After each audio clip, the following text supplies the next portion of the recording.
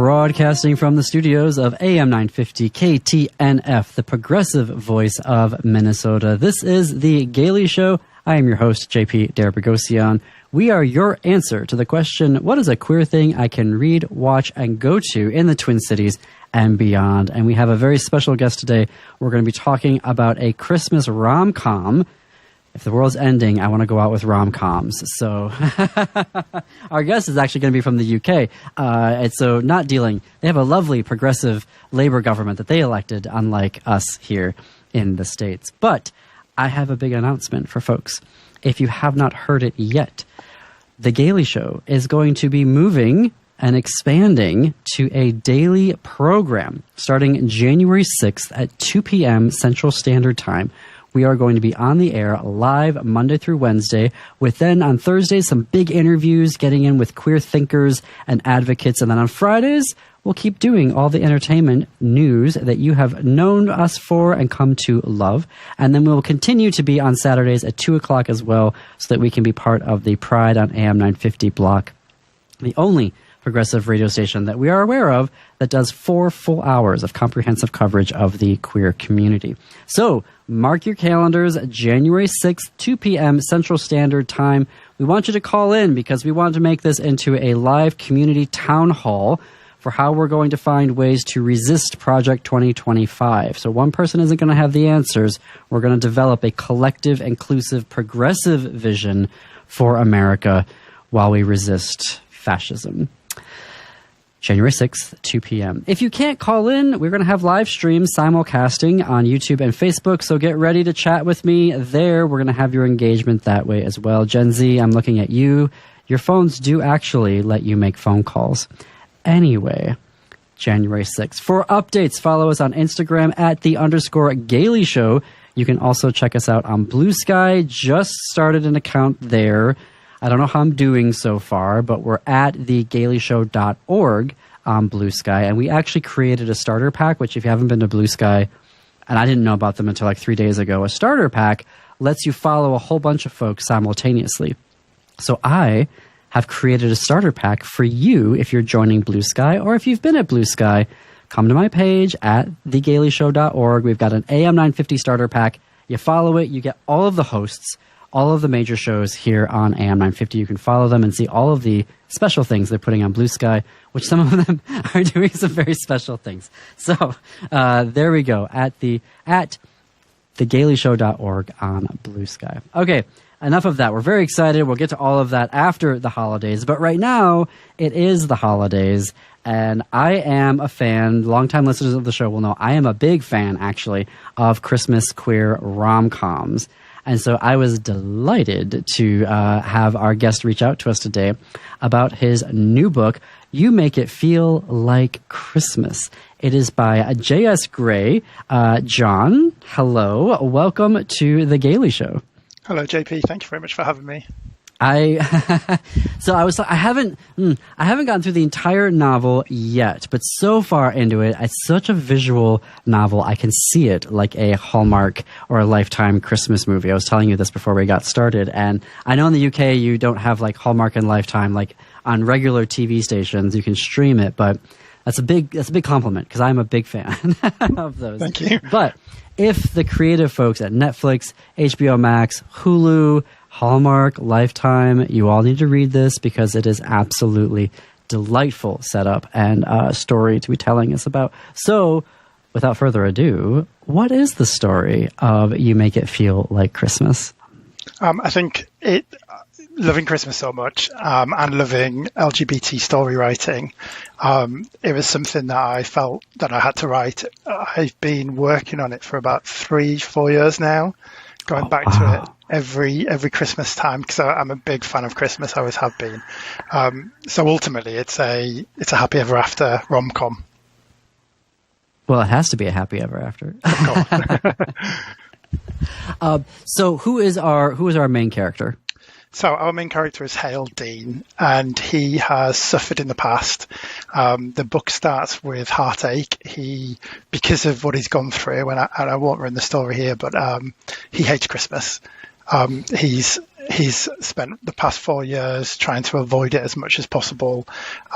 And I think the story starts really when his old school best friend of 20 years ago comes back to town. And it's the relationship between the two of them that redevelops over the few weeks in December. It's one of those stories where, almost like a forced proximity.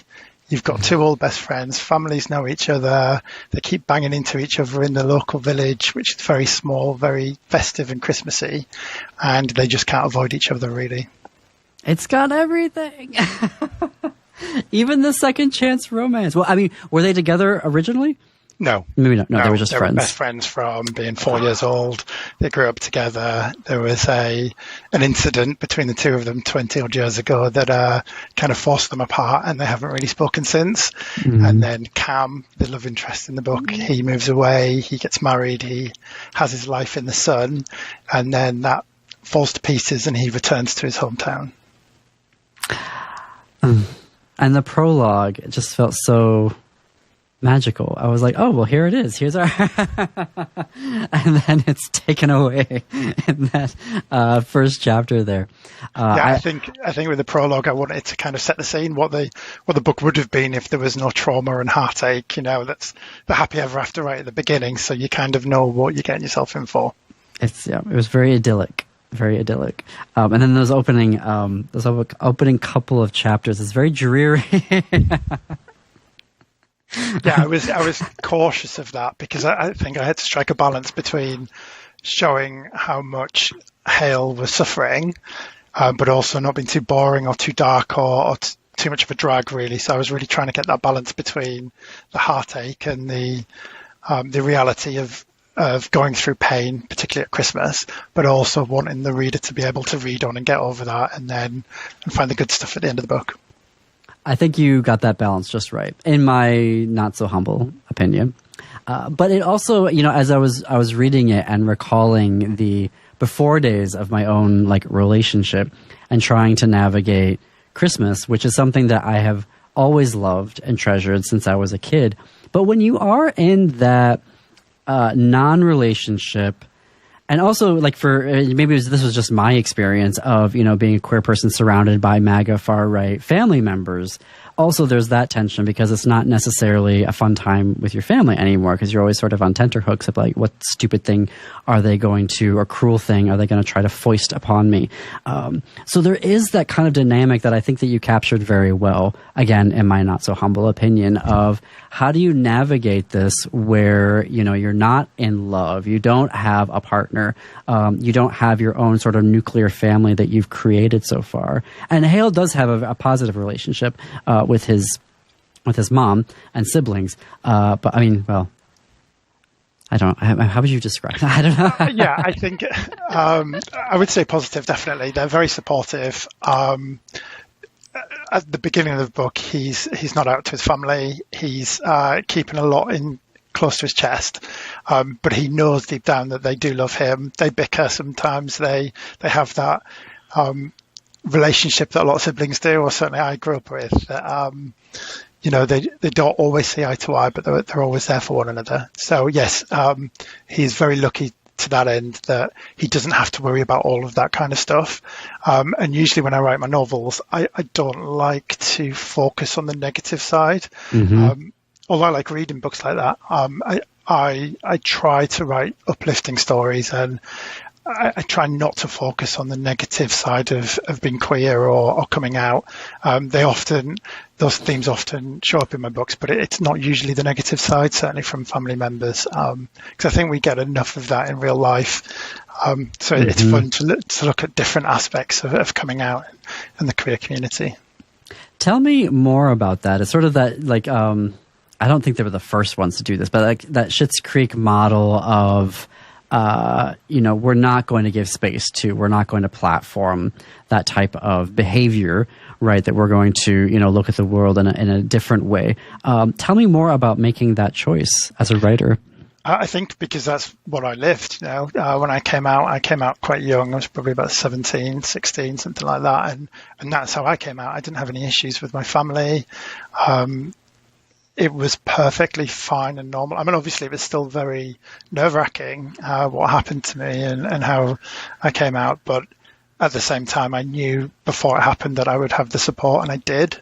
So I think I do draw a lot of life lessons into my work. I try to refer back to the elements that I've lived myself, because that's the most authentic I can be, really. So I've always tried to kind of follow those paths within my novels.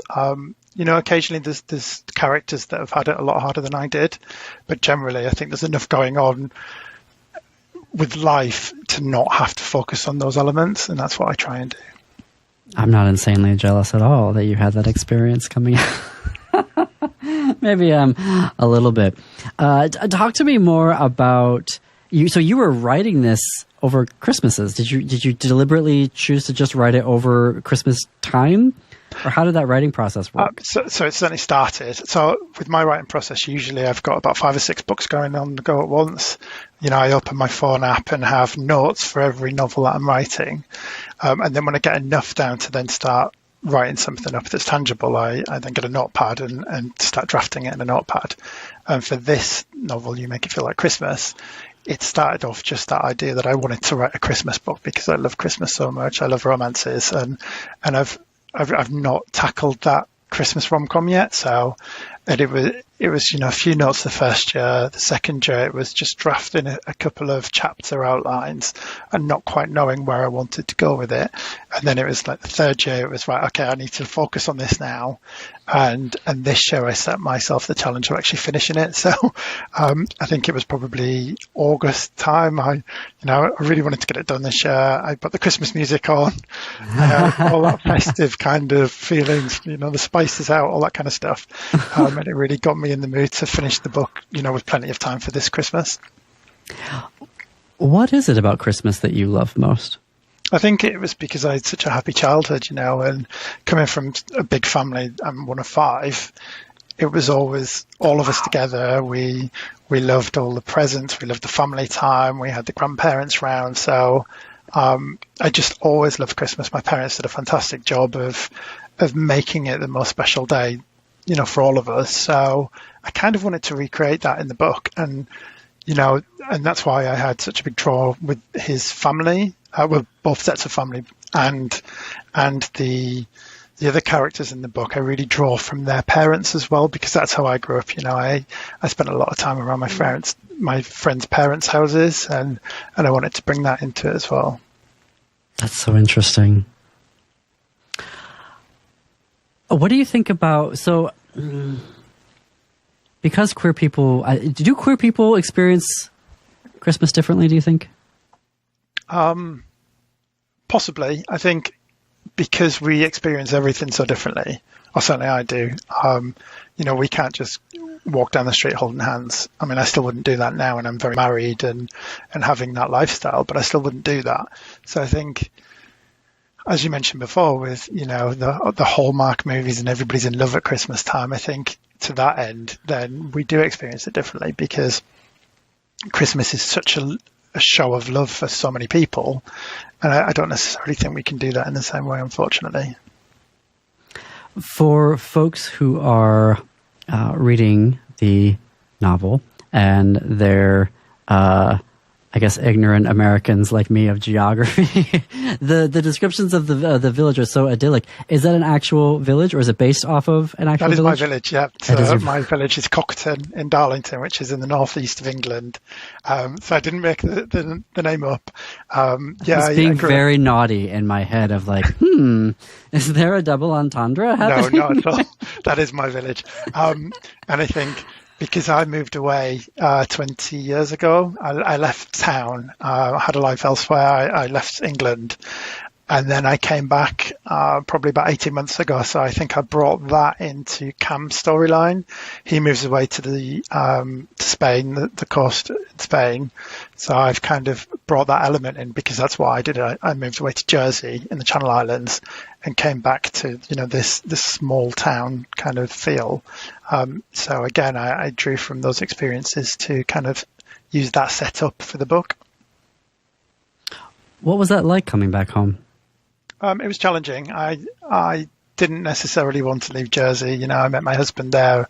I adopted my first child there, but through life choices, my husband's, he's gone back to university, and we just couldn't do that where we lived. So coming back home and having that support network was the perfect choice for us, really. So I'm very happy to be back, but it's difficult leaving somewhere that you love so much. So I kind of feel split between the two places now, which is great also. You know, we get the best of both worlds. Do you get to spend time in both places? We go back because we've got family over there and the children have family over there. So we will always go back to Jersey. Oh, that's and I nice. live there, so. Yeah, that's nice to have the kind of foot in both worlds. Yeah, and we always did. So when we lived in Jersey, we always came back to Darlington. Like I say, all my school friends and all of my closest friends and my family live here. And again, I drew from those elements in the book as well. It's very much about, you know, that group of friends that you make at school and you grow up with them, and you may all move away. You may all have different lives, but you always come back together for Christmas. And that was the essence of what I wanted to capture in this book. Relative to London, where is Darlington? Near Newcastle, so northeast. So Northeast, okay. It's probably about a 4-hour drive, I think. So not far from, you know, American standards, but for the UK, it's quite a trek to get down to London. Okay. Being a queer parent, then, what is it like now having kids and creating Christmas for your children? Fantastic. It's great. You know, I'm hopefully trying to create the Christmases that I had growing up, as I mentioned before. And so far, I think we've got it pretty good. You know, we don't have any issues with being gay parents. Everything's gone pretty well so far. That doesn't mean that I can lie back and be comfortable with everything, because I think, particularly with what's happening in America at the moment, you just have to be very mindful of the mentality of other people, and particularly the laws when you travel. But certainly for Christmas here, you know, we will be having the house set up this weekend coming, I think, and we will just attack Christmas as much as possible for the next few weeks. I love that, attack Christmas. Don't come to the States for the next 4 years. Just don't come to the States. We're all trying to figure out how to get out. But so I want to hear more about, like, what are those traditions for you that you feel are important to you and your family that you want to pass on to your kids? I think spending time with family and friends. I think for me, growing up, I had a really close-knit group of friends, and we always spend as much of Christmas together as possible. You know, Christmas Eve, maybe not Christmas Day, but a lot of time around Christmas, and that's what I will encourage with my children. And then the big day, obviously spending it with as many people as possible. You know, I think a couple of years ago, my parents had 20 people around for Christmas Day. Coming from a big family, there's always lots of people, and that's what Christmas means to me, you know, just having as many people around and celebrating with everybody, really, because everybody's in a good mood. You know, it's just the most magical time of year. And it always has been my favourite. So I think having children now, and having two particularly, this is the first year we've got our second child. I think it's going to make all the difference. Will there be a sequel to You Make It Feel Like Christmas? I don't have any plans for it yet, but never say never, I guess. You know, I have written books previously with sequels, and the sequels have crept up on me without realising. So yeah, it certainly could happen. How did you come to be a writer? I've been doing it for about 10 years now. I think I'm a very creative person anyway. You know, I went to university. I've got an art degree. So I paint a lot as well. I think it's just another way of being creative, really. I dabbled a little bit when I was a school child, but it never really went anywhere. And then probably about 12 years ago, 10 years ago, something like that, I really wanted to give it a really good go. And I've not stopped since, really. This is my 11th novel. And like I said to you before, you know, I work 11th? On so many... Yes, 11th novel. Congratulations. Thank you. I've always got things on the go, so I've got about 3 or 4 different ideas that I dip into, then dip out of. I'm just starting my next one. So, yeah, just any spare time I have, which isn't a lot, obviously. I've been a parent to 2 young children and working full time, but it's just something I really enjoy doing. So, yeah, I'll continue to do that. We get a lot of writers and readers who listen to the show. Do you mind me asking a little bit about because time management always seems to be a conversation that I have with writers, and also trying to figure out my own ethics of time management. So, having your family, having 2 children, like how do you fit that in? Like how do you make the most of your time, particularly when you've got 4 different novels going on? Yeah, I think it is. First of all, just using my phone as much as possible. So I'm always writing notes. I'm always doodling bits down with the notepad. Anytime I get an idea, I'll send a text to myself. I'll do something just to capture that idea. And then it's drawing all of those together when I do have a couple of hours in an evening when the kids have gone to bed, or when my husband's studying, late at night. So it is just finding that time. And like I said, with this novel, it took me 3 or 4 years to complete. But it's just doing what I can when I can, really, and not being put off by not having the time when I don't have it. It's okay not to write sometimes, and it's okay for things to take longer than I would expect, but it's just that balancing act, really. As you were writing this novel, were there other Christmas either books or films or TV shows that you found you were drawing upon or influencing in a good way, like your own writing process?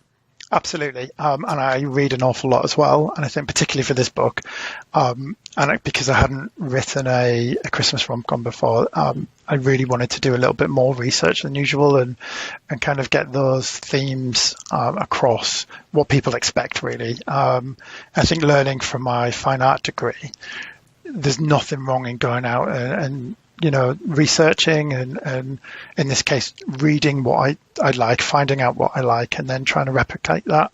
Mm-hmm. So particularly for this book, if you look at my Goodreads reviews on my Instagram, there's a lot of Christmas books over the past few months, really. But I don't think you can do anything great unless you've researched it and unless you know what you're aiming for, really. And I think particularly as a writer, reading is what you need to do to become a better writer.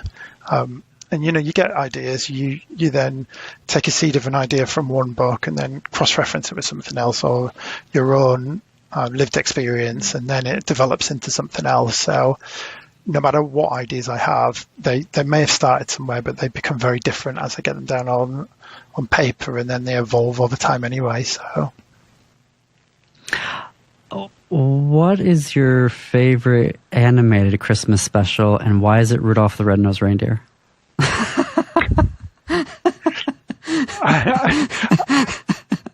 Sorry, that question came out of nowhere. I love the animated specials. I think those are my favorite. Obviously I like the adult rom-coms, but there's something special. I watch them every single year. I am a queer man of a certain age, so maybe you'd think, why is this one still watching the animated special? Is that something that you watch on a yearly basis? No, but what I do watch on a yearly basis is Home Alone 1 and 2. I cannot pass a Christmas without watching that. So I think maybe those are my animated specials, and now we sit down as a family and watch it. I can't escape watching those 2 films every Christmas. And I think, those are my 2 favorites, definitely. They were so special. And also my introduction to Catherine O'Hara, which is also I treasure those movies just for that introduction. She's fantastic, alone. Yeah. And I mean, it's quite a long time ago now, but I liked her from all of those quirky films, the For Your Consideration and Best in Show and things. Yeah. So for me, when she came back in Schitt's Creek, it was, wow, I've loved this actress for such a long time, and now she's mainstream again. It's great. Isn't it? And then it's just that third one and beyond. They've made 70 after that, but it's the first 2 of the Home Alone series that are just absolutely. And it's the music as well for me. I mean, I've always loved John Williams, so when you throw him into the mix, you cannot beat that kind of music with that kind of writing and those kind of Christmas films. You just, I would watch them any time of the year just because they're such great films. Right. And that was when Joe Pesci was having a moment, because there was that and the I just watched it the other day, the lawyer movie, My Cousin Vinny, which was I was obsessed with Joe Pesci there for a while, not even realizing all of the gangster stuff that he had made beforehand. But yeah, that is a delight. How do people connect with you? So I've got my website, which is jsgrayauthor.wixsite.com. But the place that I use probably the most is Instagram, and my handle is @js.gray_author. And how do folks purchase the novel, as well as your other novels, your other 10 novels? Yep, everything's on there. So Amazon's probably the best place for that. They're all available in paperback and for Kindle download and on Kindle Unlimited as well. But again, you can either search my name, JS Gray, or you can go via Instagram, and there's loads of links there to take you through to Amazon. Oh, wonderful. And what is the next book that's up next for release? So I've got a couple on the go. I've got one that's finished, which I'm not quite sure of the title yet. That's very spicy, very different to this book. So I'm toying with the name on that one. I don't know whether I can get away with having quite a strong swear word in the title for that. So we'll see about that one. That is finished. I'm just deciding where it's going to go, and then I'm writing a new one as well, which again I haven't decided upon the title yet. So. It's inspiring to see how many you're. I mean, I'm just an essayist, and it takes me forever to write an essay. So to see you cranking out all these novels is fantastic. Well, the novel is You Make It Feel Like Christmas, J.S. Gray. John, thank you for being on The Gailey Show. Thank you very much for having me. And folks, thank you for listening today. We will be back next week we are continuing the Gailey Show Awards in just a few minutes here, and then we're continuing on next week as well. We'll be covering books today, and next week we'll be looking at the year that was in film. If you've missed one of our ceremonies, which is basically us here on the radio, you can go to our YouTube channel or search for it everywhere you get your podcast or on am950radio.com. And until next week, see you, Chris and allies, in the bookstores.